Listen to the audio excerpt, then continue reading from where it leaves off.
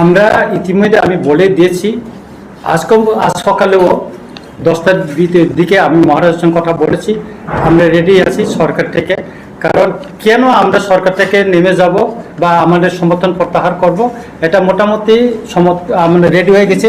এবং আমাদের মাননীয় যে এমপি কীর্তি সিং দেবী, উনিও সমর্থন মানে বিজেপি থেকে রিজাইন দেওয়ার জন্য উনি তৈরি হয়ে গেছেন। আমরা মোটামুটি রেডি, এবং সম্ভবত যদি আমাদের হয় এই জুলাইয়ের 20 তারিখের ভিতরে হয়তো দিল্লিতে উচ্চ পর্যায়ে আমাদের একটা মিটিং হওয়ার সম্ভাবনা বেশি আছে। আর মহারাজের সঙ্গে আমি 9 তারিখে দিল্লি চলে যাচ্ছি। তারপরে 1 বছর এখানে সরকারের সঙ্গে আমাদের ত্রিপাক্ষিক চুক্তির পরে আমরা করেছি, কথা বলেছি, অনেকবার মিটিং হয়েছে, জয়েন্ট ওয়ার্কিং গ্রুপের মিটিং আমি নিজেও গিয়েছি। করছে না, কিছুই হচ্ছে না। ত্রিপুরাতেও যে হচ্ছে, এখানেও তো কিছু করছে না। আমরা বারবার মাননীয় মুখ্যমন্ত্রীর সঙ্গে দেখা করেছি বিভিন্ন বিষয়ে, কিন্তু কিছুই হচ্ছে না। তাহলে আমরা এই সরকারের থাকার কি অর্থ আছে আপনারা বলুন? ত্রিপাক্ষিক চুক্তি 1 বছর হয়ে গেল, বেশি ইলেকশন হইতেছে না। এখানে 125 অ্যামেন্ডমেন্ট বিল করে এডিসির হাতে ক্ষমতা পাঠানোর কথা, দেওয়ার কথা।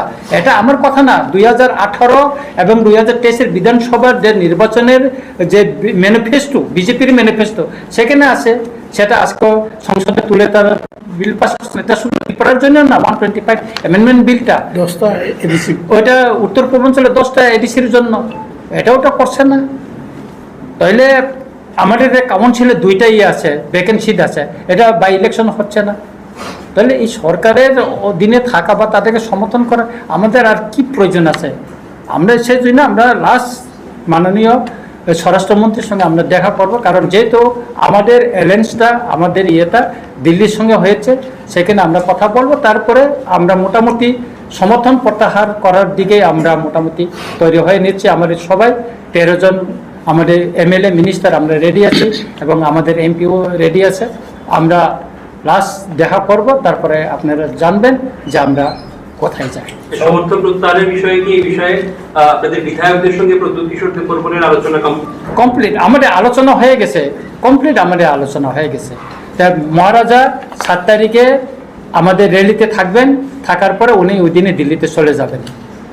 আমাদের মোটামুটি আমরা ওই দিকে চলে আগাচ্ছি। আপনারা দেখছেন আমাদের কিছুদিনে রাজনৈতিক পরিস্থিতিটা কোন দিকে গড়াচ্ছে। আমি তো রেগুলার বলেই যাচ্ছি এই সরকারের সঙ্গে থাকার আর প্রয়োজন নেই আমাদের। না, সমর্থন আছে, ওনার সমর্থন নিয়ে তো আমরা বলছি। আমরা তো সমর্থন নিয়ে তো বলছি, মহারাজ নিজেই তো বলছেন, আমরা কেন সমর্থন করবো? 1 বছর আমরা দেখেছি, আমরা বিরোধী দল থেকে আমরা ছেড়ে সরকারের সঙ্গে এসেছি। আমাদের প্রতিশ্রুতি দিয়েছে আমাদেরকে, আমাদের যে অধিকার, ল্যান্ড রাইটসের কথা, পলিটিক্যাল রাইটসের কথা বলা হয়েছে, চুক্তিতে কি আছে? এটা কথা আছে, কিছু তো করছে না। তাহলে এই সরকারের অধীনে আমরা কেন থাকবো? আজকে আমাদের 3জন ক্যাবিনেট মিনিস্টার হওয়ার কথা, 2জনে তো আমাদেরকে, একজন প্রতিমন্ত্রী আর একজনকে তো ক্যাবিনেট মিনিস্টার করে রাখছে। শপথ গ্রহণ অনুষ্ঠানে কি এই জন্য জানেন আপনারা? না, শপথ গ্রহণে বিভিন্ন মিনিস্টার বা ওনার বিভিন্ন এসেছিল, কিন্তু শপথ গ্রহণের যে মিনিস্টারতে সম্প্রসারণ যে করা হচ্ছে, সেটা যদি আপনার সবার সঙ্গে আলোচনা করে যদি করতো, তাহলে সবাই সন্তুষ্ট হয়তো। কিন্তু আমরা একটা সরকারের শরিক দল হিসেবে আমাদের সঙ্গে তো আলোচনা করেন। আমাদের মাননীয় মুখ্যমন্ত্রীকে দিয়ে রাত্রে ওয়েস্ট ডিস্ট্রিক্টের ডিএম রাত্রে ওনাকে হোয়াটসঅ্যাপে মেসেজ পাঠিয়েছে 9:30 দিকে। আমি মহারাজের সঙ্গে 9:30 সময় কথা বলেছি, তখনও উনি জানতে পারেন নাই যে ত্রিপুরায় মন্ত্রিসভা সম্প্রসারণ হচ্ছে। আমি বললাম আমাকে কার্ড দিয়েছে যে এরকম এরকম, আমি তো এখনো জানতে পারিনি বলছে উনি। যেহেতু আপনারা বহুদিন ধরে